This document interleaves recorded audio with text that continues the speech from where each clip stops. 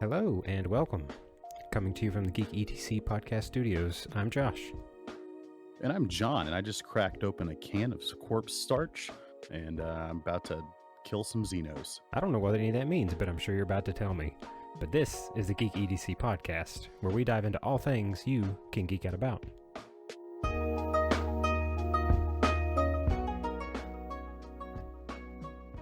Hello again. Guten Morgen. How are you? Good morning. That means morning somewhere in the world, probably. Probably, or in a language we can make up right now. Either way. Ooh. Made up fantasy languages. Yeah, well, Tolkien-esque. True. How's things going? Oh man, things are going pretty good. I just read just a minute ago before we got on here that I think it's patch 7 for Baldur's Gate just came out today. So, yeah, what's going on with that? Yeah, so that they added. I didn't get to a chance to I literally just saw it like a minute ago, so I didn't get a chance to look through the whole patch notes. But they added some like more in-depth kissing animations, so your characters will actually lock lips and do all that fancy stuff. One thing they did add, which I am super happy about, is when you go to the camp and you need to swap companions, you don't have to first talk to somebody, dismiss them, and then go talk to the other person and get them with you. You just go to the person you want and you say, hey, I want you to join me. And they go, awesome, who am I replacing? And you just pick which of your other companions are swapping out, and it's all done in one foul swoop. That's pretty good. That's actually a nice... quality of life improvement. Quality of life, yeah. Very much so. I'm excited to try that out. Looking forward to that. Let's see. I have I have the patch clips. Oh, is it patch 6? Oh yeah, it's patch 6, not patch 7. Yeah, I've got the patch notes here. Yeah, there's new camp animations, so some of the your companions will do different stuff around the camp, making it seem a little more lively and more lived in. Instead of just reading or doing whatever. Yeah, instead of doing the one thing that they always do the entire campaign, like Lae'zel constantly sharpening her sword and getting that audio bugged into conversations outside of the camp. There's apparently some new legendary actions for honor mode bosses. Uh-oh. Yeah. So, which we've barely even, seen many of those, but, some of them seem pretty scary. It doesn't really tell what they are, but there's a little gif of a Act 2 boss, a specific one that, and I don't know exactly what's happening, but it seems bad for the player. Which one is it? This particular is the Drider in Act 2. Oh. Yes. Yeah, that was a great. I love to kill him. Also, one of the things I like is when dialogue triggers automatically, the game will now prioritize your custom character as the main speaker instead of one of the party members. Good. Which that's one thing I've always hated too. Is you've got your character, especially in one of my runs I'm playing a warlock, so I'm like the charisma person, and I want to have the conversations. And then you go up to somebody, and then someone else takes over the conversation, and you're like, well, their charisma is super low because that's what I dumped their stat in, so that's not going to work out great. Well, I tell you what, Larian has done a really good job of just continuing to put out stuff, continue putting out new constantly things. Fixing things. Yeah, they've been super receptive to what everybody's had to say, and it is a refreshing take from a studio, you know. Apparently, if you sit on the stool in Shadowheart's camp corner, she will now react to you with a line based on your relation with her. Okay. So I don't know what that means, but may have to test that out. Well, if she doesn't like us, then she may just be like, "Get off that stool. That's my stool." No spoilers, but we kind of made her mad during during our campaign, our first campaign. Oh yeah. Yeah, she doesn't even like us anymore. So that's a good point. That's always fun. Yep. Yeah, my Dark Urge run, my thing I'm just doing offline. That one, most of my companions aren't even alive anymore, so they can't say much. But that's how Dark Urge goes. It doesn't have to. No, it doesn't have to. You can resist, but I didn't do that this run. I went face first down into the depths of it. But Baldur's Gate isn't what we're here to talk about today. No, it's not. So last week when we recorded, we mentioned some 40K stuff and Warhammer 40K. Yep. Warhammer 40K, and one of our listeners messaged us asking for some stuff on Instagram, and I thought it would be fun to break into that. Now, I am very much a novice when it comes to the lore and various stuff, but I know enough. I really enjoy it. It's one of those things I want to break into, including the modeling and the Right, because uh, like D&D, if correct me if I'm wrong, but isn't there like a physical aspect to this as well? Like there's a lot of digital. I know there's like video games and other things that are in the thing, but there's also a physical tabletop esque aspect to this, right? so yeah, I think as far as I know, that's how it originally started. Is as a Oh, that was in the beginning. Okay. tabletop, not an RPG, but a tabletop battle game. Oh, okay.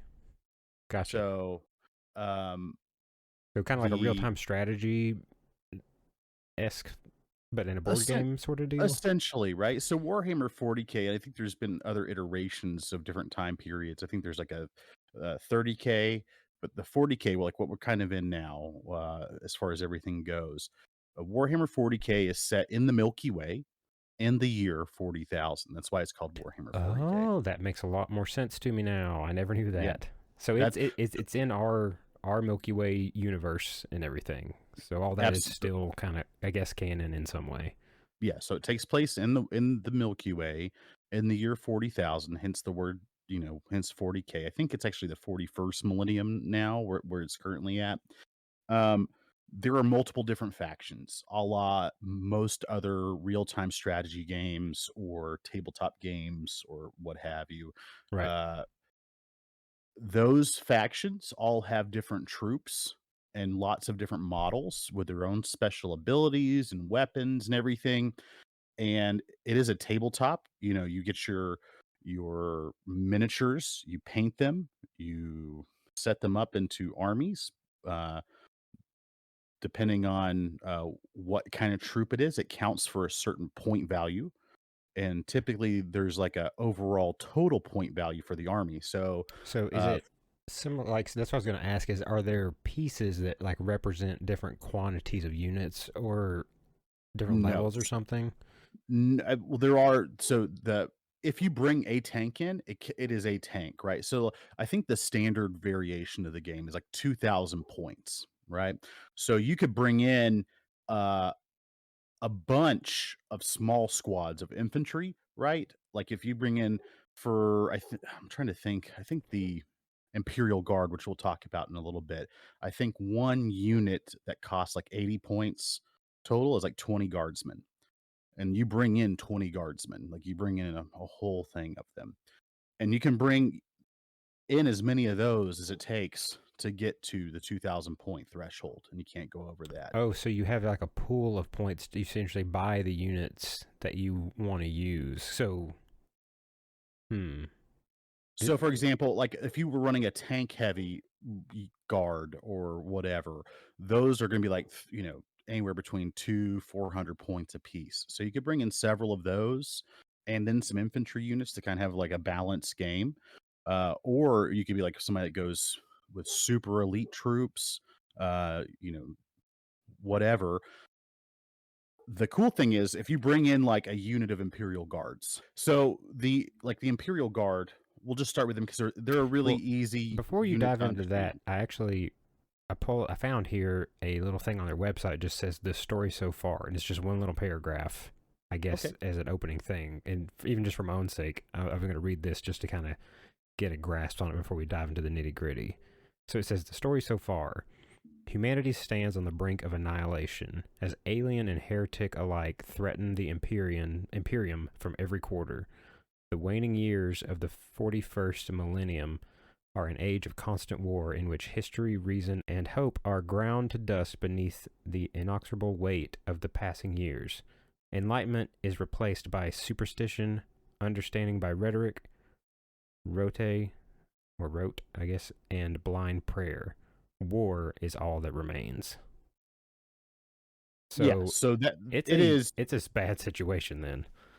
well, it's called so it's considered grim dark is what it's called. It's like this grim dark, far future, fantasy sci-fi, with lots of elements that people will immediately resonate with. Um, we'll talk about so just going back to touch on the tabletop though. So because I think this is a fun thing to know because there's definitely different levels to it. There's people that just love the lore. There's people that like collecting miniatures and painting them, and then there's the people that like fighting them. And then Yeah. there's going to be people that like playing the video games or they enjoy playing the video games now, and there's some new video games going to be coming out. So on the tabletop, I'm going to pick the Imperial Guard just because they're super simple. They look like us. They're humans. They're kind of like Soviet soldiers in World War II. Waves of bodies being thrown at the problem, right? So if you bring an Imperial Guard unit and you're going to build an army, paint them, put everything together, bring them in and fight them. If, for example, just one round, for you bring in 20 guardsmen as part of one unit, that whole unit can do something. They got like there's like 3 turns. There's like 3 phases, is what they're called. There's a movement phase, obviously, where you move things.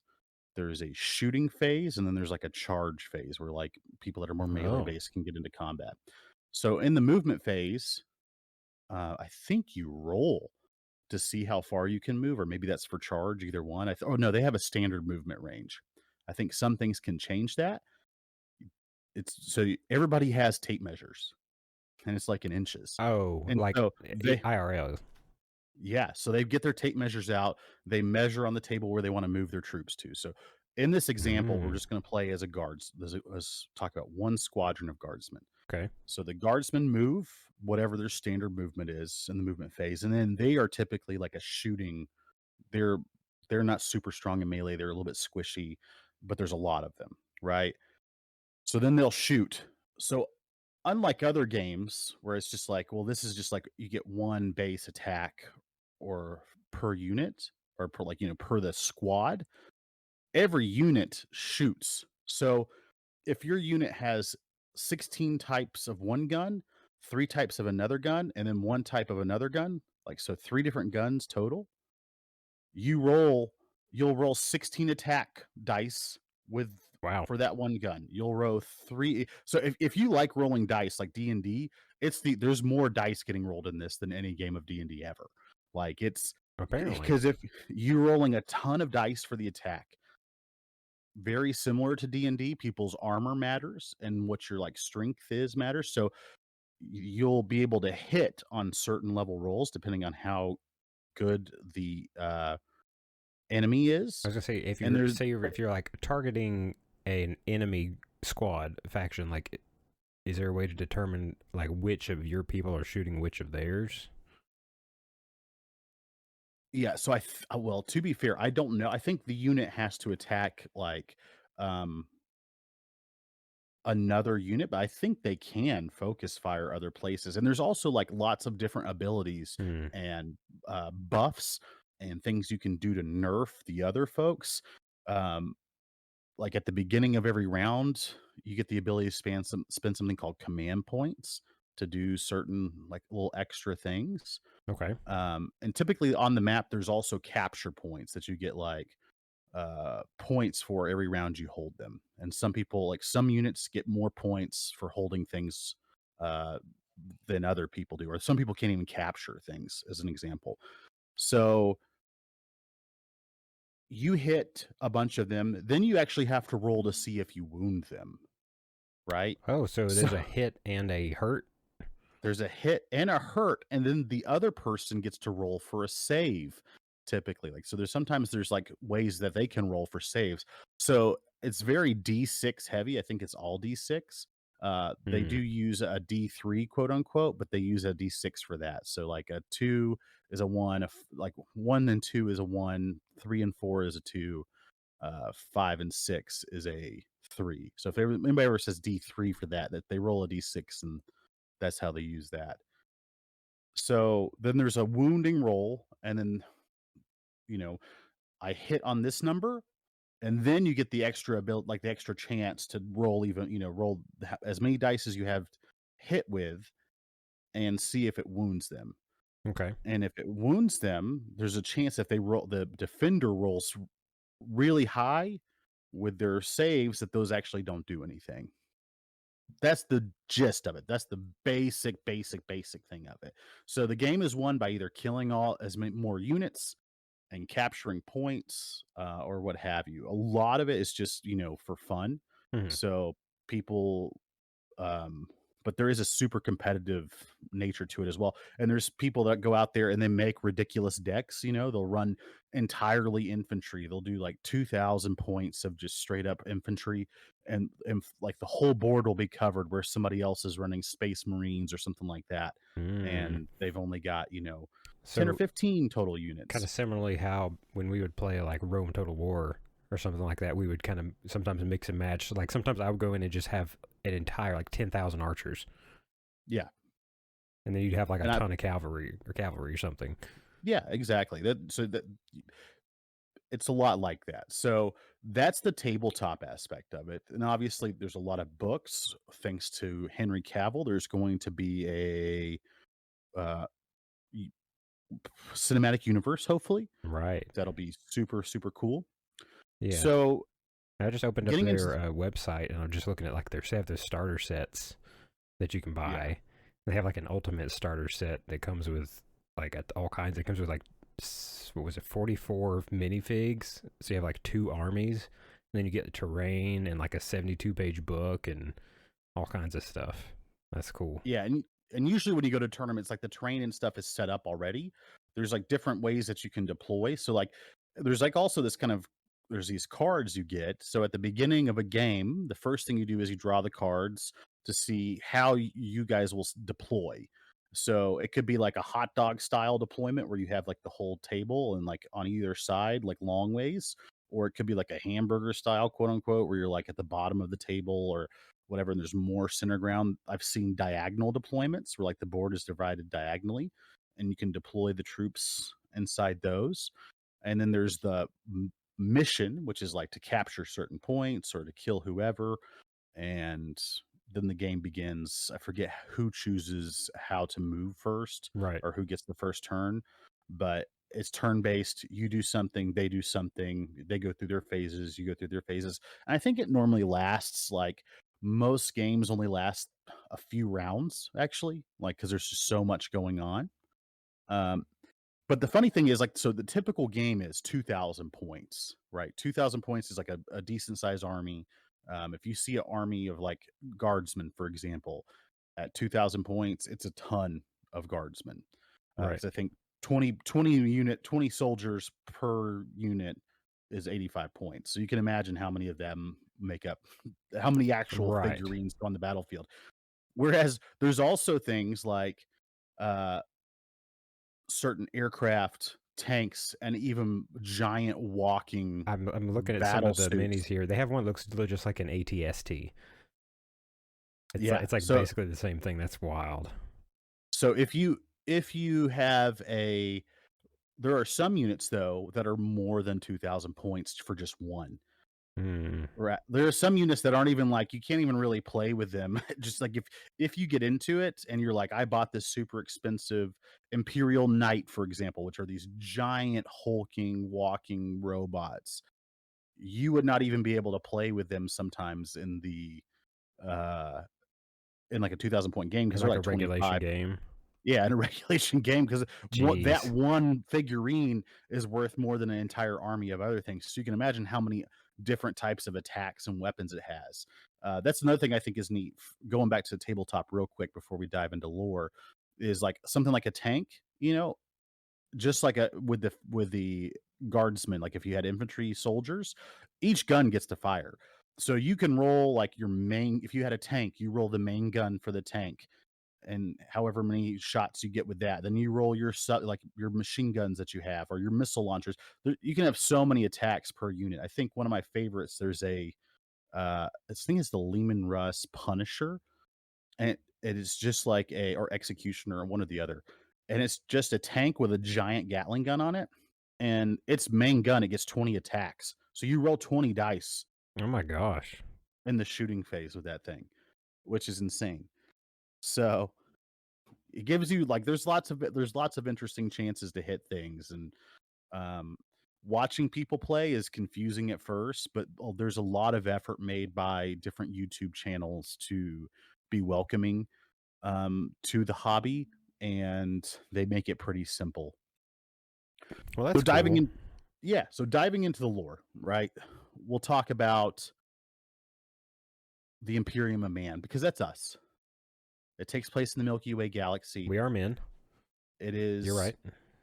it is their capital is the holy planet of Terra, aka Earth, and they are ruled by the Emperor of Mankind. Now, there's a Ooh. lot of stuff to get into there. The main thing to think of the Imperium is of this, think of them as like quasi Soviet, quasi Catholic, quasi Roman, quasi um trying to think what else. Like they are and also feudal, like they're also quasi medieval too. So So there's all there's this a lot of different aspects to him then. there's a lot of different aspects and there's a lot of interesting things to like there's a lot of different in the game itself there's a lot of different factions that are like their own separate faction with their own types of units that can't be mix and match that are part of the Imperium of Man, namely like the Adeptus Mechanicus, the Imperial Guard, the Adeptus Custodes, the Adeptus uh the Space Marines. I can't remember Right. why I can't. So yeah, I'm reading here on like the Wikipedia, and it's like I think that's one thing, and I've heard you mention about 40K as well, is a lot of the scale of things is Huge. massive. Like it says here, the Imperium of Man is described as an authoritarian human empire that comprises approximately of 1 million worlds and has existed for over 10,000 years. Yes. And it's been ruled by the emperor that like the whole time. So the emperor, the easiest way to say this, like to think of the emperor of mankind, I think, is if you think of him like Highlander. So the emperor of Okay. mankind in canon was born like to Anatolian shepherds in like, you know, 20,000 BC or something like that. Oh. And he's been around like he's immortal essentially. And he's been around for a long time. There's a lot of stuff that's happened with him recently, Is it just but Keanu Reeves? He's just maybe he may just kept on living forever. I mean he lived the Emperor of Mankind lived through the year 2024, that's for sure, and made it to the year 41. Maybe he did. I don't know. We'll talk about that here in a second. But the Emperor of Mankind rules. There is a significant cult and religion built around him Okay. that just screams Catholic, like Spanish Catholic, Italian Catholic. Like there's inquisitors, there's all kinds of stuff. They are, uh, you know, we'll talk about the Space Marines here in a second, but like when they're putting their armor on and stuff, there are people with those sensors that are like swinging back and forth with smoke and ointment in them and burning it and like every single thing like they're putting seals like actual wax seals and on their armor with like awards that are like scrolls rolled out and it's very very like Catholic, very grim Hmm. dark. um it's not it's first of all the in the year 40,000 you don't want to live there, like you don't want to be, there's nowhere really good to be, everywhere sucks, Oh yeah. everywhere sucks. So Like like even the whole there's still civilizations and things exist in a grand scale, but it's not pleasant sitting on the beach having a good old time. there are some places that are called like pleasure planets, like places that are like meant for like high ranking officials that are kind that are Ah. that you can go get, you know, a mai tai on the beach. but the vast majority of the trillions of souls that live, quintillion souls that live in the Imperium of Man probably never even see the sun in different planets. They live in giant hive cities that are like so big and crazy that like people live and die without ever even leaving like 1 square mile. They toil all day, manual labor. And uh that's just their that life till they die. that's their life. Yeah. Ugh. So exactly. So getting into the military aspect, so the Imperium of Man has several different factions. So there is the uh Astra Militarum, which is what we talked about earlier. That's the Imperial Guard. Um, they are the vast majority of the Imperium soldiers and troops. Uh, like I said, think Soviets, war doctrine, a la the Cold War and Stalingrad and World War II. Human wave attacks, getting hit by their own artillery, and happy to do so with commissars, like their officers. If you run away or you don't keep moving towards the enemy, they shoot you. The Mm. typical guardsman is armed with something called a las gun, which is people. It, there's like a funny thing where they talk about it's just like a super powerful flashlight, but it's not. It's actually pretty. Um, like if we had one, it would be super. Like if we had one now, it'd be crazy. Like it can put a hole in concrete 2 miles away. Like it's a nasty weapon, but in in the tabletop, kind of underpowered, but in the most people talk about it, it's not that great. So Yeah. they have these las guns, and every planet kind of has their own look to them. The standard like look, if you look up an Imperial Guardsman, is like the Cadian shock trooper, or the Death Corps of Krieg, which are like very World War I German. They have like they wear gas masks like they're in the trenches. They Oh. have they have the pointed helmets, Oh yeah, and yeah. they fight with shovels and stuff, and they're just super die hard. They just want to die in combat, essentially. But some planets, like that are desert based, have like cool Arabic themed, Bedouin themed soldiers. There's like the And this is all Kachkan. still in the Imperium of Man, right? Yeah. That's just the Astra Militarum. That's just like individual guard units, which is nice because Oh. Warhammer, even though it has all these units that you have to buy and you have to paint, as long as you make them look okay, you can create your own lore within the world. Like you can create your own Astra Militarum regiment, essentially. So you can kind of, as long as you meet certain things, you can kind of kit bash a little bit, or when you're making the official minis, you can change things up or paint them certain paint schemes, and it's not wrong. And you can play with them in tournaments without issue because you get to create your own thing. So if you want to Well, be that's part of a nice. planet of whatever, and you're the Imperial Guard unit for that planet, then that's you. That's what your guys look like, and it gives you some ownership and some agency when you're making it. And I love customizing things. I like having that. Yeah. So if I was to do that, I would. Like I've been working on. Make like S- you'd make your own unit that you'd use and yeah, stuff. yeah, Yeah. yeah, exactly. Like I've already thought of like a Space Marine unit that I would want. So the Astra Militarum, they span the entire. Pretty much every planet has an Astra Militarum, like their own Astra Militarum units. They go fight all over. They get conscripted in. Like they're meant to die. Their lifespans are measured in like minutes. So Like they're it's just not a good fodder. place to be. They're just the Yes, pawns of the chess world kind of thing. yes, they are 100% the pawns of the chess world. They have some. And there's individual cool units that fight with the Astra Militarum that are like, there's different. You've obviously got tanks and artillery, and you got some aircraft, and you have like um different types of like shock troopers and that kind of thing that can come in. But yes, they are very much a wave based get killed type thing. Uh, then you have the Adeptus Mechanicus, which are they're kind of the Martians. So they are humans, but they were on Mars, and they worship like They believe in this thing called the machine spirit. So they Ooh. wear like red and they have like masks on and they have like little robot appendages that come out of their back that help them. And they are like attached to a lot of different things and they also build a lot of the weapons for the Imperium. And there was kind of a dark age where they lost most like for some I forget why, but during the dark age a lot of technological stuff was lost.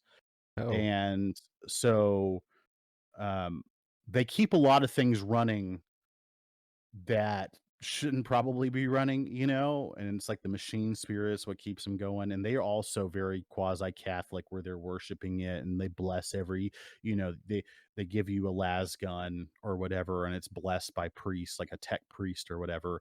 And they're pretty neat. They've got their own units. They are a faction that you can play separate from the Astra Militarum. There is a specific Adeptus Mechanicus.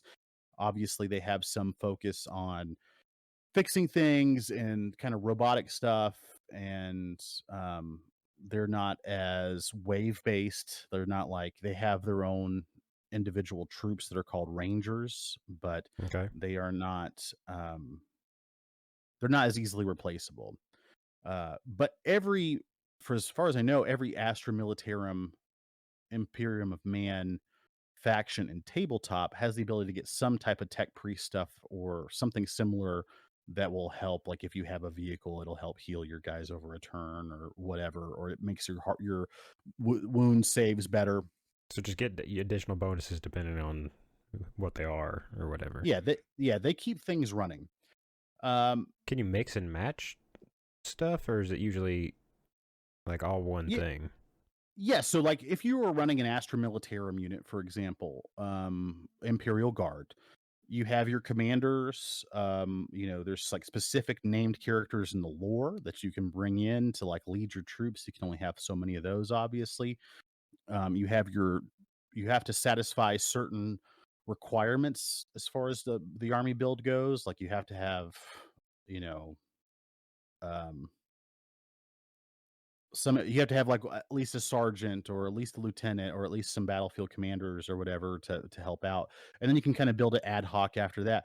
And they're called the agents of the Imperium, and there's certain like you can bring in an assassin who's like not part, like its own separate thing. There's like a couple different types of it, like assassin guilds out there. You could bring them in. You could bring in. There's like a whole list of like Imperium of Man uh kind of ancillary auxiliary units you can bring in to your armies to kind of spice it up and definitely make it super unique. I mean, I can't even imagine how many combinations of Right. um, armies you could have based on a 2,000 point value. So, the Adeptus Mechanicus is one of the ones I know the least about, honestly. I like them. I think they've got kind of like a neat thing going on. They kind of remind me of Jawas a little bit. I know that's kind of I'll probably get Oh, hate for that, but they kind of like they've got that kind of thing going on. You can't really ever see their eyes. They're doing their own thing. Um, and they kind of, they're not as they obviously are part of like the cult of the emperor, but they also believe in the machine spirit and the machine god, and they worship that as well. that's cool. Um, and then for the biggest one for the Imperium of Man, you get the Space Marines. Now, and if, I feel like that's the one that if anybody's seen anything about Warhammer, that they would recognize those characters because I know I have those are the ones like the big like shoulder pauldrons, like the big armor, big blue armor, and everything. Yes. Yeah. So yeah, the Adeptus Astartes, by the way, or the Space Marines, they were kind of forged from um so the Emperor of Mankind, like I said, he has been around for a long time. Long time. Lots of stuff happened in the background, but essentially he made these really powerful quote unquote sons, like using genetic modification and maybe SON or SUN? SON. Oh, okay. SONs. I say it's a lot of Uh, space stuff going on, so I wasn't sure. no, for sure. Well, there's some factions out there that could make some sons, SUNS. But he created these sons. They're called Primarchs, and the Primarchs are super powerful, quasi. I'll start saying pseudo. so I don't say quasi too many times during this episode, but like they're pseudo immortal, like super strong, super you know, way tougher than the average human. They're like 3 times as tall. Like Oh there's dang. some funny pictures out there of like how tall the Emperor of Mankind is versus like a human, like a normal 6-foot human. Hmm. And the Primarchs are like this step down from them. They're huge men, and from them, so each Primarch um, has something called like a gene seed, which is like um, it's kind of hard to explain, but it's kind of like their DNA. Okay. And there were legions of space marines created based on their DNA. So the space marines in general, right? They are augmented humans. Think of Master Chief, but then turn it Oh. up to 11. So those aren't just like suits that they get in kind of thing. Is that like part of them sort of deal? Or is it like a They get in them. They put the armor on, okay. but they are big, huge dudes. They're also like Gotcha. 8 foot tall, 9 foot tall. They are chosen when they are young. They are put through like extremely difficult training and body modification, and eventually they become space marines. So easiest way to think of it is Master Chief from Halo. They Right, right. get augmented. They get like they have 2 different hearts. They've got multiple different, like I don't even think they have to poop. There's like all kinds of stuff that goes on with them, right? Like, and they live for thousands of years. If they survive battles long enough, they can live for like over 1,000 years Oh easily. geez. So they heal quick. They have all these different things, and each Primarch's DNA has different little things. Like maybe they're more adept to like. There's one that has the Space Wolves are a chapter of Space Marines that they wear gray armor. They're very Viking esque. They have axes, but they also have like this genetic modification or genetic malady where they kind of catch this almost werewolf thing. Ooh. Like it's called the Wolfen or something like that, and they become crazy and bloodlust or whatever. But Oh. each of these Primarchs led legions of Space Marines, and there was thousands and thousands and thousands of Space Marines. And then as things go, there was a civil war, which is called the Right. Horus Inevitable. Heresy. And Horus was one of the most beloved Primarchs. Think God and the devil, right? Like Lucifer. He was like one of the most beloved Primarchs of the Emperor. He betrays him, and he wound up leading these traitor legions in a civil war that eventually the Imperial quote unquote won. But this traitor Space Marines are now considered Chaos Space Marines, and we'll get into that here shortly. But because of that, Space Marines used to be in these giant legions. Now they are in their own independent chapters, and they can number no more than 1,000 Space Marines per chapter. But there's thousands of chapters. There's lots of chapters of Space Marines. So the ones you talked about in the big blue armor, those are the Ultramarines who are like very Roman, like they've got very Roman Yeah. things going on. They wear the crests on their helmets sometimes. They are the atypical Space Marine. I think that's the kind. I think you play as we are going to play as an Ultramarine in the new Space Marine video game coming out. But there's the chapters, and each chapter still has a Primarch, but they're limited to 1,000 people each. And there's a chapter master, and there's this Oh entire lord. you know, It's in there's depth. 10 there's 10 companies per chapter. There's a lot, right? There's a lot of stuff going on. Each chapter, almost every chapter, also has successor chapters.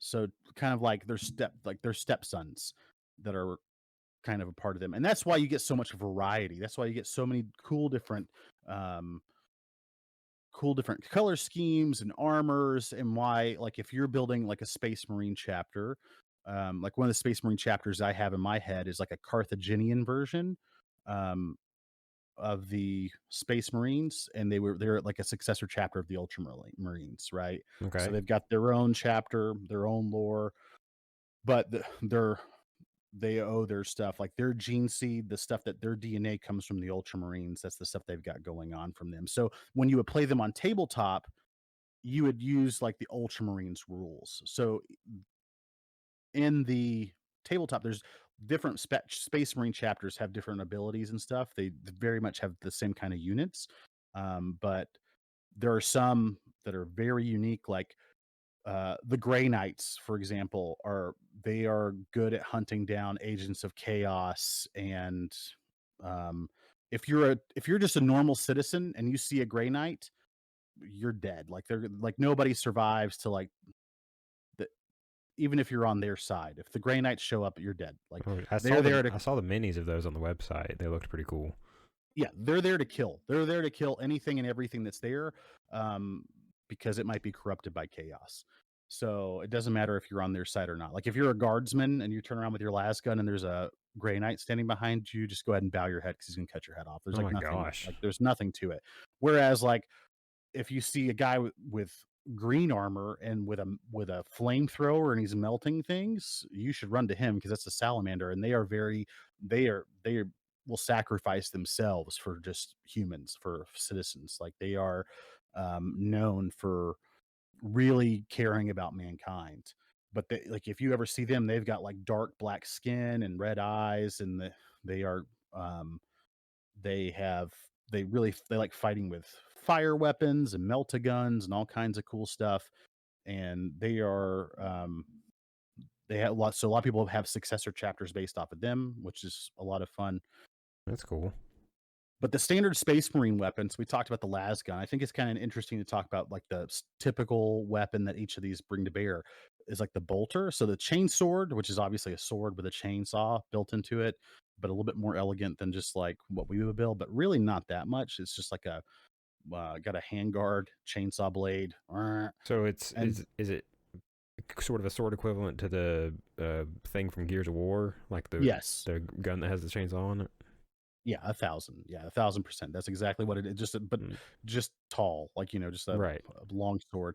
And then the bolter, which is those big square guns, very unwieldy looking, and they shoot like huge rounds of ammunition that are also, so when you shoot it, a rocket motor goes on, so that we talked about in our last episode, they're essentially a gyrojet, and then they Oh yeah. penetrate and explode inside. So these super powerful guns. Um, I don't have a whole lot of ammunition in their magazine, but they never run out of them, so it's pretty good. All right. Uh, and then the Space Marines themselves are just weapons. They're super strong. They're in their power armor, which also augments their strength and everything. And if you're like an Imperial Guardsman, so you might even think Space Marines, even though there's thousands of chapters of Space Marines, thousands and thousands of chapters of Space Marines who fight all over the place. The average Imperial Guardsman will never see them, and some people might even think they're a myth, just because even though there's that many Space Marines, probably tens of thousands in a million worlds of the Imperium of Man Right. alone, you don't know. So there are some places like Ultramar, which is like where the Ultramarines are from, that segment of the galaxy that's kind of theirs, where there is a little bit more, like they're a little bit more prevalent and they recruit from different areas. But they are probably like a lot of people really like them. I like them. I think they're really neat. It's wild to see how they're organized when you're actually trying to figure out, like, if I want to get the minis and how do I want to play them, and like what do I want their lore to be, and what do I want their shtick to be. Like, are they, do they like riding in craft, like, tanks, or do they like fighting at a distance, or do they like getting in melee? I guess if you create your own thing, then it opens up the availability to go as in depth with the nitty gritty on how your like thing operates. Yes, you You, can. you can just choose Yeah. every little detail on how they fight and what they use and stuff. I guess Yeah, and that's create your own neat. lore from it. It is neat. So they look really cool. I really like them. And I'll shout out real quick the Adeptus Custodes, which are like a bigger version of Space Marines. They're the So they're like one. custodians. They clean up the mess after the battle's done. No, they take care of the Holy Palace of Terra. Like they are the actual royal guard, Mm. and they have like chain sword halberds with Oh, guns, like bolter guns attached to the end of them, like well, that's staffs cool. with yeah, with a chain. And that's like Henry Cavill's. favorite unit. That's what he uses. That's what he likes to build and Ah, paint and everything. So they're pretty sick. Um, yeah, so that's most of the Imperial. There is also, I will talk about, there's like the Imperial Navy, and they have these huge, crazy ships that like some of them are called battle barges or dreadnoughts. And the Imperial Navy, um, they fight. There was a game called Battlefleet Gothic, I think, which was a computer game, which was a real time strategy game where were you commanded a battle fleet of Imperium ships against different Xeno factions. But it is also as grimdark as anything else. Like when you think about like Star Wars, to travel from one end of the galaxy to the other, they say punch it, Chewie, and they push a lever forward, yeah, and it looks like it's snowing real hard. right. Or you know, for example, Star Trek, the ship just stretches out and it goes. There's lots of different like ways we've seen people do faster than light travel. The Imperium and what most people use is something called the warp, and we're going to get into like for a ship of the Imperium of Man to go into the warp, you're essentially traveling through hell. Oh, what? And yeah, it like it's like maybe you'll make it, maybe you won't, but they do it on the regular, right? So it's like essentially they tear through space time, and they essentially enter this thing called the warp, and it is like the realm of chaos where the chaos gods reside.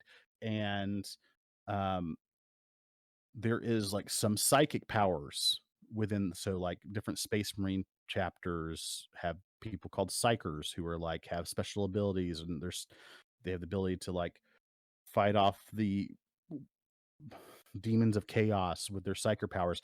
Like it takes like them going into it, I think they sacrifice people. Like there's people that will die. Like I think just changing out the core of the ship, for example, like if you have to change out the energy core to like a naval ship, it's so radioactive that you have to carry your own coffin in there with you. Like there's like 10 people, and you carry your own coffin, and you change out the core, and you just get in it and die. Like it's if you can even make it. Like it's Good lord.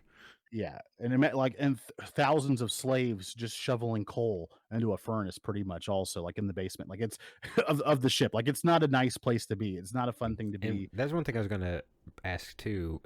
I may be jumping ahead or something, but one thing that I've also seen um, related to 40K is a lot of their ships and images I've seen of their ships are humongous. Oh Like yeah, there's like I've seen like the pictures where it's like a ship size comparison from like tons of different sci-fi universes and different things, and it just has all the like famous sci-fi ships of, and on most of them there's a 40K ship that just like dwarfs most of them, yeah. So which is and like awesome. with Space Marine chapters, some of the Space Marine chapters, rather than having like a home planet they come from, some of them are like fleet based chapters. So they have like their own little armada of ships that they fly around with, and they'll recruit from certain places if their Oh numbers start to dwindle. But like some of those, like their dreadnoughts or whatever, like where like their main flagship, yeah, like you see those, they actually have like a giant cathedral on them, yeah. like a giant Gothic cathedral that makes absolutely no sense and is like decorated with gold. Like it just doesn't make any sense, but it's the middle of space, and that's just what it is.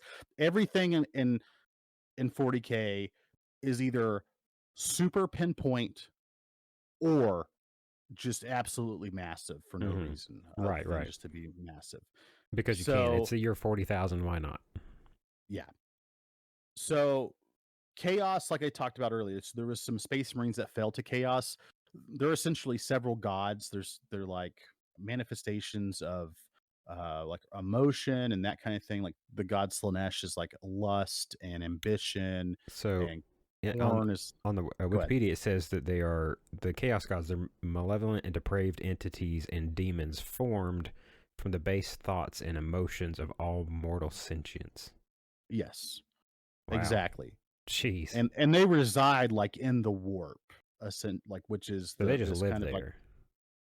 They do, but they have chaos demons that come out and fight. Like they there's different parts of the warp that allows them to like gateways that allows them to break through. And the Space Marines, Oh, who turn traitor, their factions are typically based on which god they serve. So I think the um, word bearers are word bearers might be based on Slanesh. So like their armor and stuff is very like that looks like Slanesh. There's the God, I forget what they are, but um they are the Space Marines for Nurgle, who is the plague god, who is often depicted as like think of uh, a 1,000-story tall Mucinex character, like from the Mucinex commercials, just this big green guy ew. with like stomachs. You know, Mucinex, the No, commercial, I like know exactly what you're there's talking like, about. Yes, it's gross. oh, you said ooh. So, No, no, oh yeah, not who. Yeah, ew, gross, and he's disgusting. considered like the plague god and like god of decay and all this stuff. And Yeah, he's like, so like all of the Space Marines that have turned traitor for him are like all disgusting, and they have like mouths coming out of their chest with like they're completely corrupted. yeah. And It says here that a lot of they're adopting the aesthetics of body horror and cosmic horror in the design. yes, oh yeah, for Yeah, sure. Like the god Corn is like the god of war and strife and anger and all that stuff. And um, you know, if you ever hear like blood for the blood god, that's or I think that's what it's for. Is from him. Is you know he's loves fighting and chaos, and the more of that there is, it actually kind of empowers him. mm, So yeah, so that's how you travel around. You essentially tear a hole in space and time and travel through hell and hope you make it. And it's pretty wild for that. Um, that's briefly touched on the Chaos Space Marines. They obviously have their own different thing, but they'll fight with demons from Chaos I kind of like that as that it's a different kind of take on because, like you said, most depictions of fashion light travel are very similar. Again, like either Star Wars, Star Trek, Mass Effect. A lot of these things you just you know turn on the hyper warp drive, FTL drive, whatever it is, and then you just zip from one point to the other. Some of them, I know it was, I think it depicted in one of the Guardians of the Galaxies. There's this, like, they show the, like, in between time and the travel time, and, like, you could go to some wacky, alternate universe type places and some different things. But I like that, how you described it, that it's an unhinged, dimension essentially that you're taking a risk every time you go there, but the benefits that come from it, obviously you can get anywhere you need to quickly. yeah, somewhat quickly, and things disappear in there, or like people will, there are stories of like Space Marines ships who got caught in the warp for like 800 years, and we're just constantly fighting like chaos demons, Jeez. like onslaught after onslaught, like the largest wave attack you've ever seen, any horde mode of any video game for like hundreds of years at a time before they finally made it out. um so pretty wild. um Right. Super grim dark. So that's most of the stuff from the Imperium of Man. um it's fun, like it's a fun one. The people inside of it, like, everybody talks about the Emperor. He is essentially God, even though he didn't want to be a god. And really neat. That's cool. Let's t- let's talk about the Tyranids now. The So Tyranids. the Ooh. Tyranids, think Oh yeah, I see them here. StarCraft, Zerg. Think like they are reptilian, um, bug, dinosaur, Starship Trooper monsters Right. that have come to the Milky Way from another galaxy. They are an extragalactic terror that uh, is they're locusts. They take over planets, and they eat everything there, and they create more of them through consuming the biomass. Yeah, here it And it's says. rumored, Oh, sorry. It says they here they migrate from planet to planet, devouring all life in their path. Tyranids are linked by a psychic hive mind, and individual Tyranids become feral when separated from it. Oh, their technology is entirely biological. All ships and weapons being purpose-bred living creatures. Ooh, Yeah. wow. So like the guns of like their most basic infantry soldier, right? They have guns and they shoot like boring mites that go into you like Ew. poison and stuff. Like it's yeah.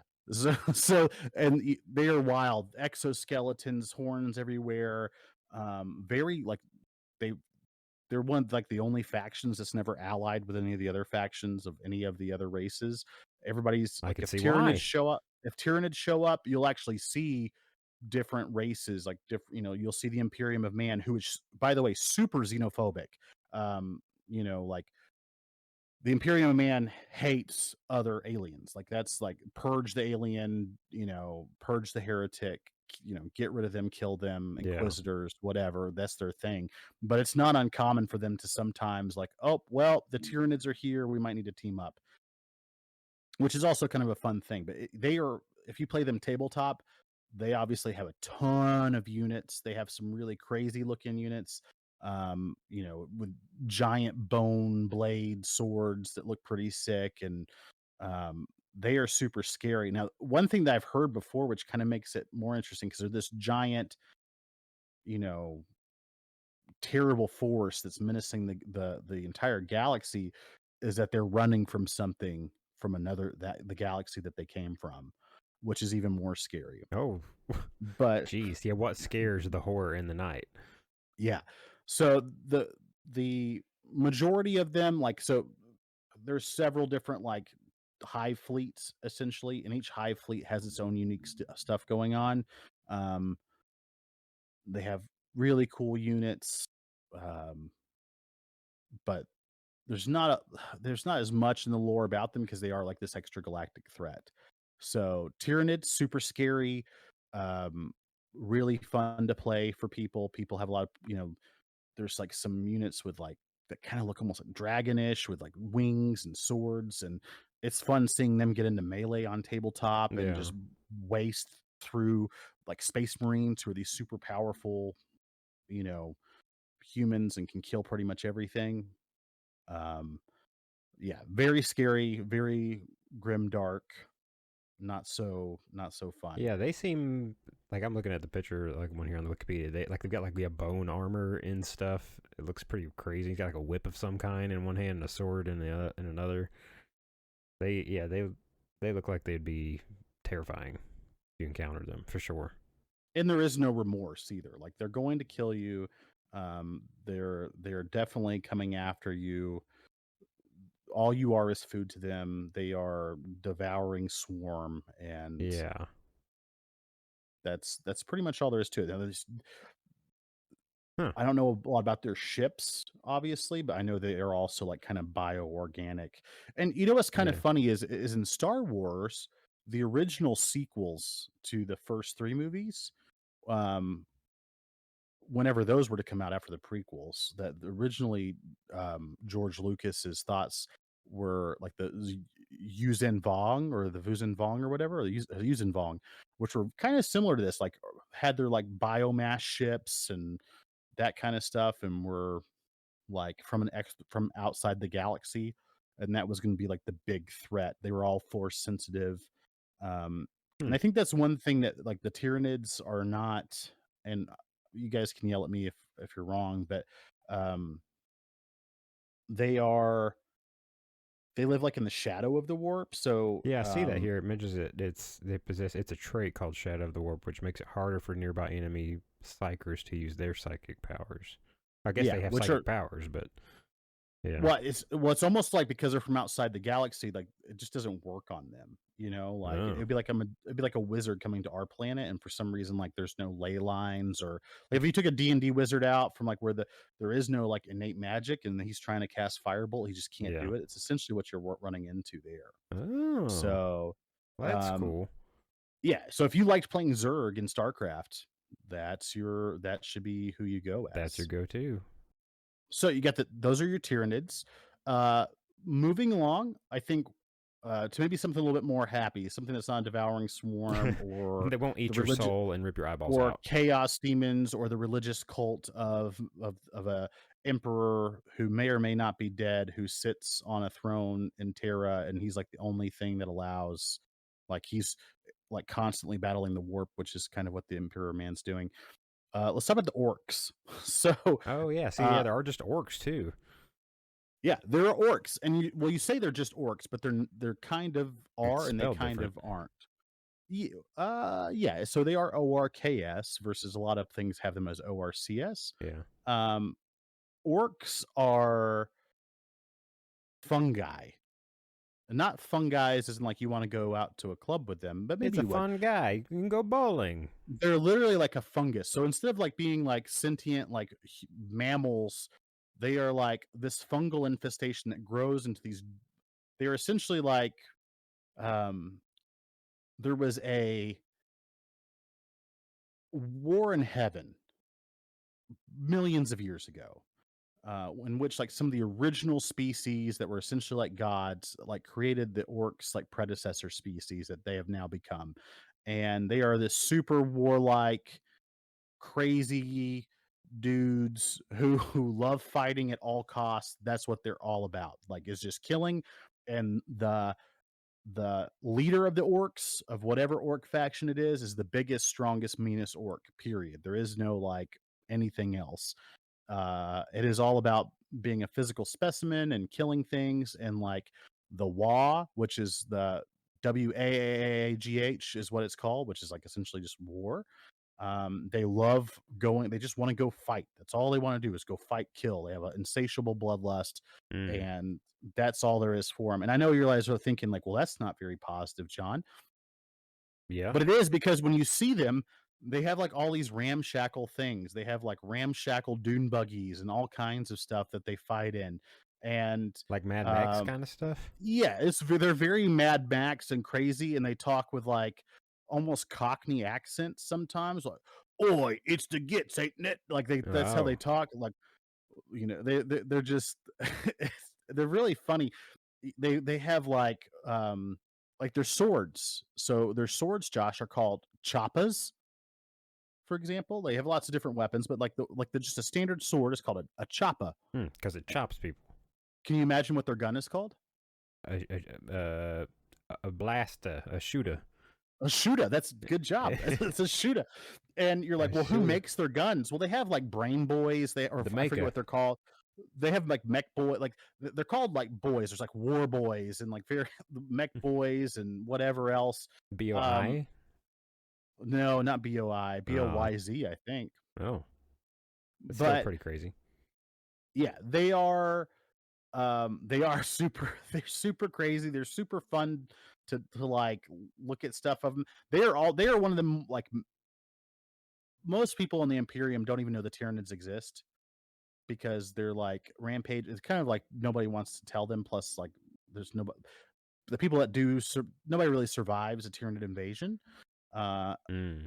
so, or they might be familiar with the chaos demons, but the orcs are like an ever-present threat to the galaxy. And also, people like sometimes you'll see other races team up to help fight them because they're just too much. So you'll see them with like swords and guns in both hands, and they're just um, the silliest of gooses with like giant robot hands that are like rusty and almost like playing Borderlands is Right. like That's what I what was you gonna kind of say. It see. reminded me of that. Yeah, because But they had a lot of characters in that too. They were just like way over the top and kind of yes, ridiculously like over engineered with their weapons and stuff. yeah, and so that's what they are. They are like that. They are over the top from Borderlands, just absolutely wild minions. And um, I don't think they really have any psychers or anything like that, but they are affected by them. But they are what happens is when you kill one and like you blow them apart, like the pieces of them will like then turn into like more orcs. Like that's like kind of like they're spreading their seeds essentially. Like Hmm. they don't reproduce naturally. They reproduce through like being killed, almost like fungus or whatever. And so they like if the orcs wind up on your planet, like it's so hard to uh get rid of them. There's like I think there was like a diagram that somebody had. It was like how many troops the Astra Militarum had on on a planet, and it was like billions of soldiers on the planet, and it said orc threat low or orc threat medium or something like that because they're still there. Like they've already killed all of them, but they're still like you can't get rid of them, and super annoying. But they also have this kind of like orc magic that's like I don't want to get into it necessarily through what it like get down the nitty gritty with it, but they essentially have this gestalt consciousness that allows them to um like a shooter, like a gun for them, for example. It's been designed to shoot. It looks like a gun. It is supposed to act like a gun.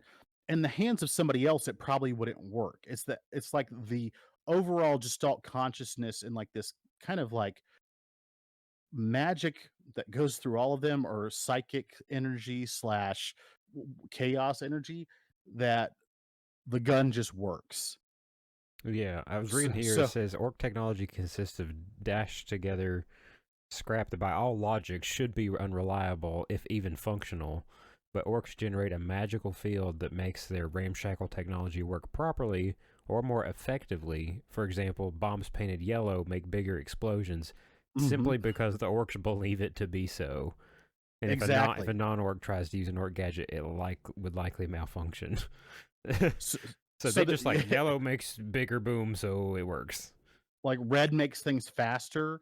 What like so red makes things faster, or blue is lucky. So if you wear blue, you're lucky. Like it'll be a dud that hits next to you, Wow. and that belief does that. There's also like I said, we didn't get a lot into what the emperor is up to right now, but after the Civil War, the emperor of mankind is kind of like he's like hooked up to this throne and like kept alive by like tubes and stuff, and people say the emperor is dead, but he's not. Like he's just like in hibernation or whatever. But there's like this funny meme where they say the emperor is only alive because the orcs still think he is. So like he's the only thing that they're the only thing that's keeping the emperor alive.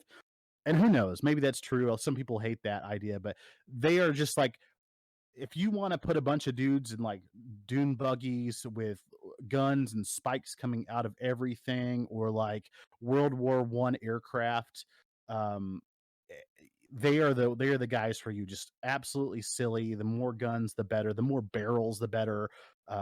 They are a really fun and they talk with a Cockney accent, so that's also a lot of fun. Nice. Well, they sound like a good old time for sure. And they respect combat. There's like one specific commissar, like Commissar Yarrick for the Imperium of Man, who's like the biggest, nastiest orc, has like fought him and knows how good he is, and so like they respect him at like all costs, and they think his eyes will kill you, and so like if there's they think he's got like a laser eye, so if he looks at you at an orc, they just die because they think he can kill them with just the eye.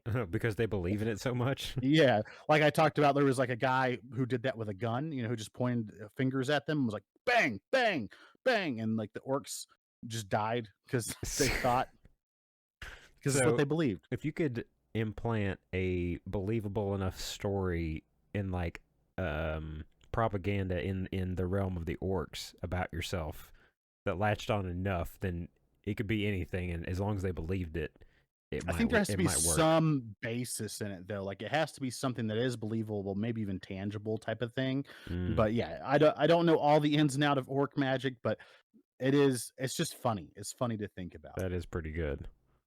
So we talked about orcs. Obviously, we have to talk about elves next. Oh, there's elves as well. The Eldari, Oh, these the space Eldari. elves. Ooh. So they are a super, obviously, because they're elves. So they have been around forever, like every other elf in fantasy has been. So the elves have been around for a long time, thousands and millions of years, right? Um, they are super. They are unlike the elves of Middle Earth or other fandoms for the most part. If for Dungeons and Dragons fans, if you took a Shatterkai elf and a Ladrin elf and like shove them together, that's kind of what you would get. They are they go through the absolute most intense emotions that like anything like our sadness to them would be like if you were absolutely heartbroken, the saddest you've ever been, um, in your entire life, that would be like a soft cry to them. Like, that wouldn't be that big a deal. Like, they experience emotions in a completely different way. They Mm. experience pleasure in a completely different way. And they've essentially, because they've been around for so long and they like kind of span the entire galaxy at one point, they were kind of running things and they became super hedonistic. And they're part of the reason why the chaos demons are such a problem is because they were, you know, living their life to the extremes that like chaos begin to seep into the world. So there are like chaos elves, and then there are like Drakari elves, which are like fallen Eldar.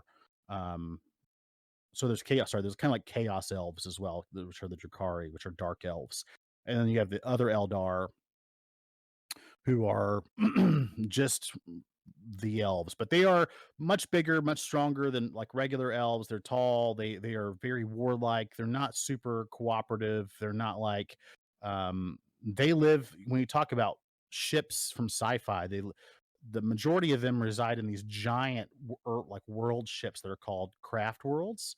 Mm. And that's what they use. They use like they have their own special way to like navigate the warp through like a webway, but they're pretty cool looking. They've got cool kind of futuristic space armor.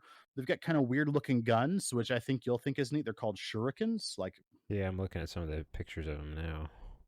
so their guns, for example, their guns, think of Mass Effect. If anybody ever listened to the Mass Effect Codex Oh from the yeah. first episode, like it has this giant block of metal. It shaves off like a shuriken, like a actual little shuriken, like rate like an atom in width or whatever, and it sends it flying through the air at like super fast speeds using like magnets or whatever, and can penetrate armor.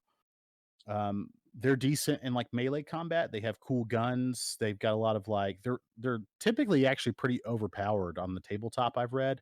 But they don't really stand out to me as something I want to play, but they're fast hitting, they got good range, and they have good melee. Okay. And Okay. lot of really interesting lore behind them because they were one of the early races that existed um, within the 40K universe. So yeah, that's the space elves. That's the Eldari. They're pretty cool. Yeah, I kind of like them. For time, yeah, they look cool. I like their helmets. I like the way they look. The shurikens look, they're neat, but for some reason, the way that they look kind of turns me off to them. Like the guns, for some, I don't know, just aesthetically. But they are like a really cool faction. They have like giant robots that look like them in uniform that are pretty sick, like giant Yeah. battle suits and things, which are pretty cool. They have like their weapon, like their heavy tank weapons are like called bright lances, and they're able to destroy like armored vehicles. They ride on speeders. They, you know, Yeah, the speeders and when look you're pretty cool. I saw the minis of those. I thought that could be pretty fun to play with, maybe. they would be, yeah, they're pretty sick. They're very good in combat. Um, their tanks look pretty sick. They're just a fun faction to play from what I've heard, and they're very overpowered, or not very overpowered, but they're very like in the competitive tournament scene. They're like kind of the what most people go for, but they're Like not the like a meta. crowd favorite. They're kind of the meta, but they're not the crowd favorite when it comes to lore Right. necessarily. Right. But That makes sense. they have they are also one of the earliest factions, I think, from like the original 40K tabletop whenever it came out and stuff. Hmm. So we talked earlier about how the Eldar have been around for a long time, and they're one of the earlier races, and how there was a war in heaven, and like the predecessors to the orcs were created by these like benevolent beings, or not necessarily benevolent, but there was like essentially these ancient races that existed with like godlike powers. Um, there's also a super long-lived race. Now, put on your um, Egyptian music and go look at the pyramids because we're going to talk about the Necrons, who are uh, essentially a race that like abandoned their physical forms for the flesh is weak essentially, and they became robots. So they look like the Terminator. They look like Terminator T2, T1000s or whatever. They're made up of like living metal, and they are like resting in these tomb worlds that sometimes will become awoken. And for the most part, like the average drones and things don't like like your average warrior or just basic caste soldier doesn't really have that much free thought. They just do whatever they're called. But Is they are is it like go a ahead. they transfer their consciousness, like their minds They just already have. They are into the body kind of thing? they did a long time ago, and then they've like been asleep for like 60 million Terran years. Oh wow. And yes, and they've just started waking up, and they are also like a terrible threat to the galaxy. Um, they have, they are less. There's like some like political stuff that goes on, like in their upper castes, where like they actually have control and like some say in what they're doing. They're not like Tyranid is just this mindless force, or orcs just out there partying and having a good time and killing whatever they can. There's some rhyme or reason to what they're doing. Not a lot of people know, but like people, there's been like stories of like a world that's been in the Imperium for thousands of years, and all of a sudden somebody opens up something and turns out it's a Necron tomb world, and the awakening begins, and there's no way to That get rid sounds of them. scary. You Yeah. just stumble So upon a thing and then you happen to wake up one of these tomb worlds of all these things, androids and stuff. yeah, it is horrifying because you don't know where they're at necessarily. And Ooh. so like the Necron warriors, like I said, they look just like Terminators almost.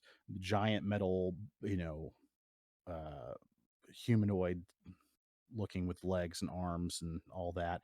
They carry something called Gauss guns, which are like these super advanced. Um, Is that like they on kind of in Halo, like on the back of the Warthog?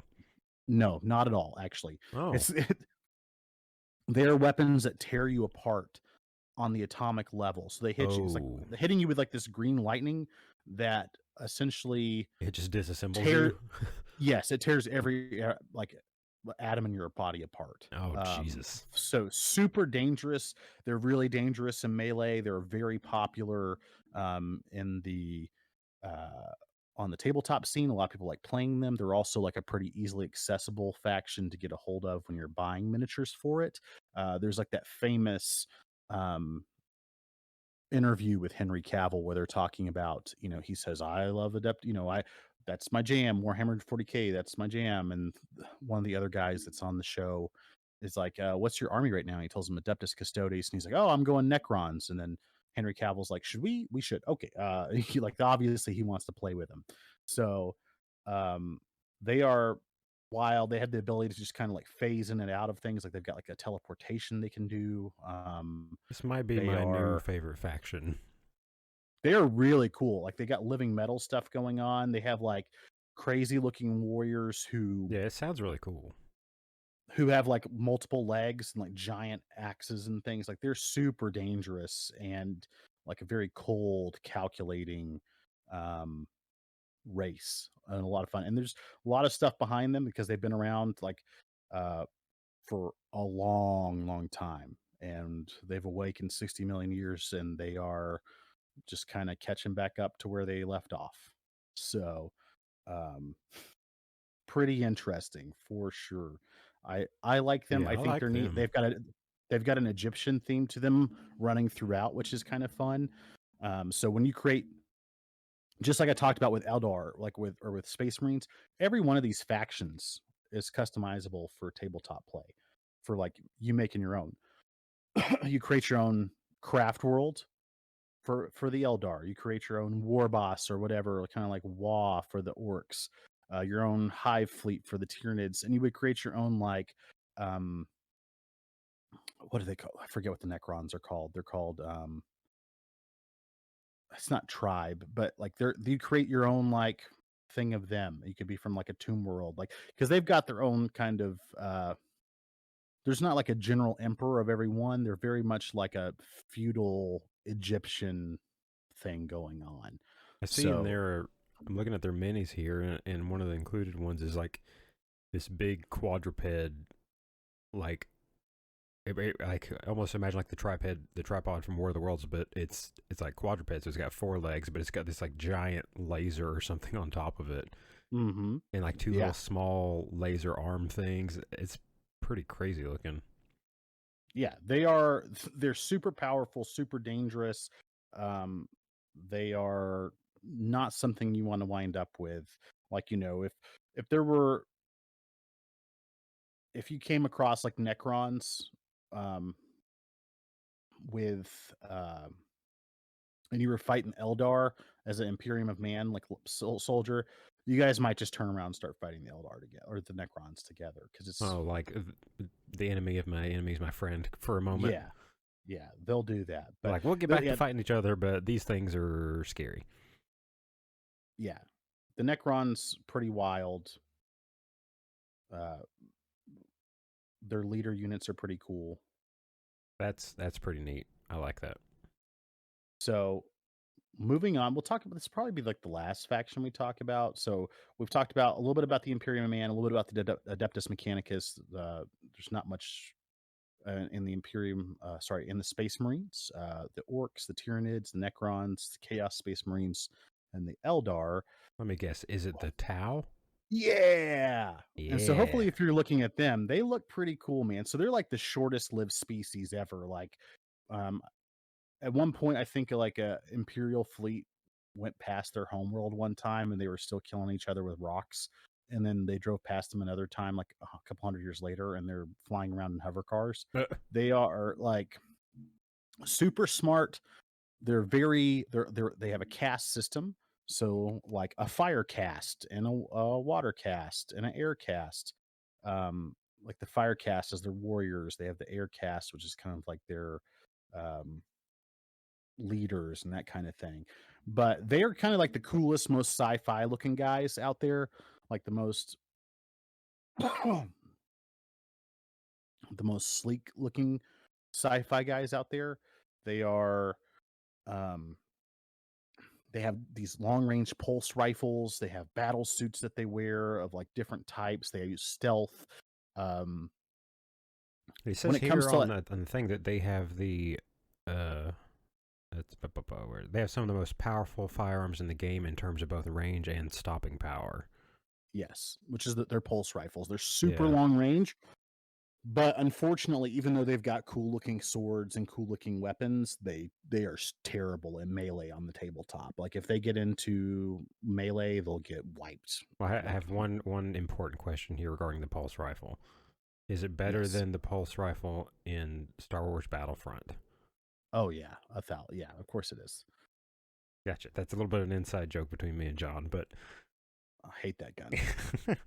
you shoot it right at him, and it just like it doesn't do anything. It doesn't do anything. We figured it out one time, and I can't even remember what happened. I don't remember if it was the like elite version that you got, like after so many kills that it just suddenly started working, but the regular one just would, or like I don't know if you just have to hold it on them. I don't remember.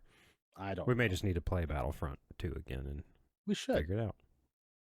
Speaking But of they have a little side note, but yeah. speaking of Battlefront 2, we do have a gameplay of us playing Battlefront 2 on our available on our Patreon at Geek ETC our patreon.com/Geek ETC podcast. Actually, you can go and check out our co-op therapy series of videos that we're uploading there, where me and John get together and play some games together. We have one little episode of Star Wars Battlefront. It was the one or it was two because we did the space battles. Yeah. Yes, the OG Star Wars Battlefront 2, that is, not the new one, like the old awesome one. And then we also have a new series that is being uploaded now of our Baldur's Gate 3 Honor Mode run. So you can go join up there at our Patreon for just a couple bucks a month and get access to some cool gameplay from the two of us. Real quick, the Tau, they have like this very Japanese kind of armor system going on. They have a caste system. So we talked about they have a fire caste, which is like they're warriors, like the military. They have the earth caste, which is like they're laborers, technicians, artisans, kind of people that are more grounded or whatever. There's the water caste is like they're diplomats and merchants, and the air caste is like uh kind of like their fleet folks, the people that like manage Operate their their fleets, the starships and stuff. pilots. And then the leaders are the political and religious leaders are part of the ethereal caste. Ooh. So they operate like under a thing called for the greater good. So they kind of get like the space communist vibe going on, but it's not really like they're not like Oh. seizing the means of production from like, you know, the proletariat's not seizing the means of production. Like they're still a caste based, like feudal system kind of sort of. But they, you know, they prioritize the Tau surviving over, like the individual wants and needs of one person. But if you were going to live somewhere, you would probably want to live on like a Tau planet, maybe, as long as it's safe from invasion. But the Tau are one of the few cultures in the game that like have no problem with like Xenos, as long as you're part of the greater good. They have several small species that they've already taken over part of their empire and that are part of their like the Kroots are one of them. They're kind of like uh they're more primal looking species and they fight for them. There's humans that fight for the Tau Empire. Yeah, it Like says the here Tau, that there's some like human things that defected from the like the Imperium of Man and joined the Empire of the yeah. Tau. Yeah, so they're really cool. They're like, the Tau Fire Warriors. When you look at like one of them, especially if they've got like a cool, like their samurai sword looking things on, you're like, okay, that's pretty sick. I would like to be those guys or like fight with those dudes. Which is, anytime you say that, the people that play Warhammer 40K are like, that's heresy, for the Imperium, Mm. purge the heretic. But I think the Tau look pretty sick. I think I would want to play as a Space Marine just because I like some of their aesthetics. But the Tau is definitely one of those, and it's the same thing. So there's different level. There's like different. Um, I forget what they're called, but there's different like factions of Tau, like like their own independent things that you can also create your own and create your own uh, color scheme and what have you to Yeah. fight with. Uh, but they're super cool. I really like them. They've got really cool battle suits. They have like a we talked earlier about how the Imperium of Man has the Adeptus Mechanicus. There's like this faction called the Knights of Terra, right? That are these huge giant robots that are like very medieval. How there's like these houses that have them and they become the pilots of them or whatever that are like worth a lot of points in an army. They have like a giant ship in this that's actually used in gameplay, like on tabletop. It's called the Mantis, and I think it starts out at 2,100 points. So you can't Oh, even take it to a regular game. Like it's exactly 100 points over, so you can't take it to a normal game. It has so many guns and so much stuff wow. going on. But yeah, they are like a gun line thing. Put them up, fight them. Don't get them in combat with hand to hand combat, but uh, yeah, I like them quite a bit, and I like looking at them aesthetically. I like looking at some of the stuff that they're up to, and it's a fun time. When you hear the lore, when you just there's so much stuff out there. There's been so many books, and there's been so many iterations of everything that it's just it's definitely somewhere where I really hope with Henry Cavill, our father nerd, who has you know not been worried about what his opinion, like people's opinions of him has been by just going out there and like, I like this. This is what I like and I like doing it. Um, I think it's gonna be really neat to see what he does with it, like does at the forefront Right. of the cinematic universe. Cause it is something where like I can't even imagine it in live play because of the scale of it. But when you see some of the animated stuff out there, when you watch some of the videos that people have made fan made and by uh the Warhammer, like by Wizards of the Coast, which is also funny that Wizards of the Coast owns the people that make Warhammer. Yeah. Um, there's just so much stuff to be had with it. So many different people you could be. So many Yeah. I different guess like that's the main thing characters to to follow. as well as like as much as we've talked about these factions and stuff. There's like you're saying, there's you could find a book or something someone's wrote that just is like hours of lore about one specific of these factions and stuff. Like Yeah, there's so much written material about it as well. there's so many books about the Imperium of Man. I talked to that to our follower who messaged us. I told him about the Eisenhower series or Eisenhower books. Sorry, Eisenhorn I was gonna say books. Eisenhower. Yeah, Dwight D. Eisenhower. They resurrect him. He's actually the Emperor Man. He was really into 40K. Surprisingly, he used it to Yeah, plan out previous wars and stuff. well, with that in mind, there's actually a fun picture of some guys that pops up in some of the 40K groups that I follow that were in the army in Desert Storm, and they were like tank crewmen or mechanics or something like that. And they have like, so this is like 1991, and they have pictures of them playing with spare parts that they're using that they're imagining as different troops, and they were having a 40K battle in like Iraq. Oh, that's So awesome. yeah, probably would have been hard to have a lot of dice for that, but Yeah. fun game. A lot of fun lore, a lot of, I think the new Space Marine game that's coming out, it looks very much like this Helldivers 2 game, which is getting a lot of praise. And honestly, the Helldivers 2 gameplay reeks of like 40K Oh yeah. throughout it. That's what I'm It is saying. very Like that there's definitely some similarities there that I've noticed. There's a lot, yeah. So obviously 40K takes a lot of stuff from the real world and from other, fandoms and universes and stuff.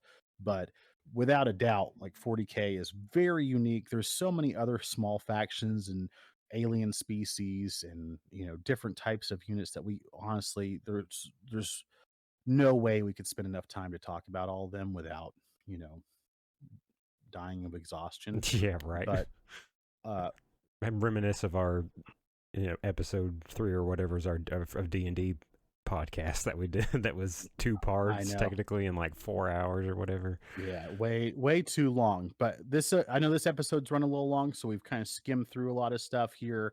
Um, I think it's definitely a fandom for you guys to check out. If you want to learn more about certain things from inside that fandom, let us know. We'll do a whole episode on it. I'm happy to do it.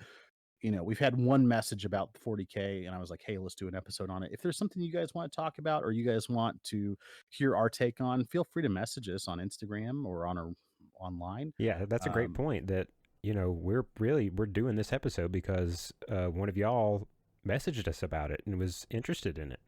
So, yeah, anything that you have an interest in, whatever you geek out about or, want to geek out about and are curious about, let us know, and we can go do the research and do a deep dive into it and find out if it's cool or not.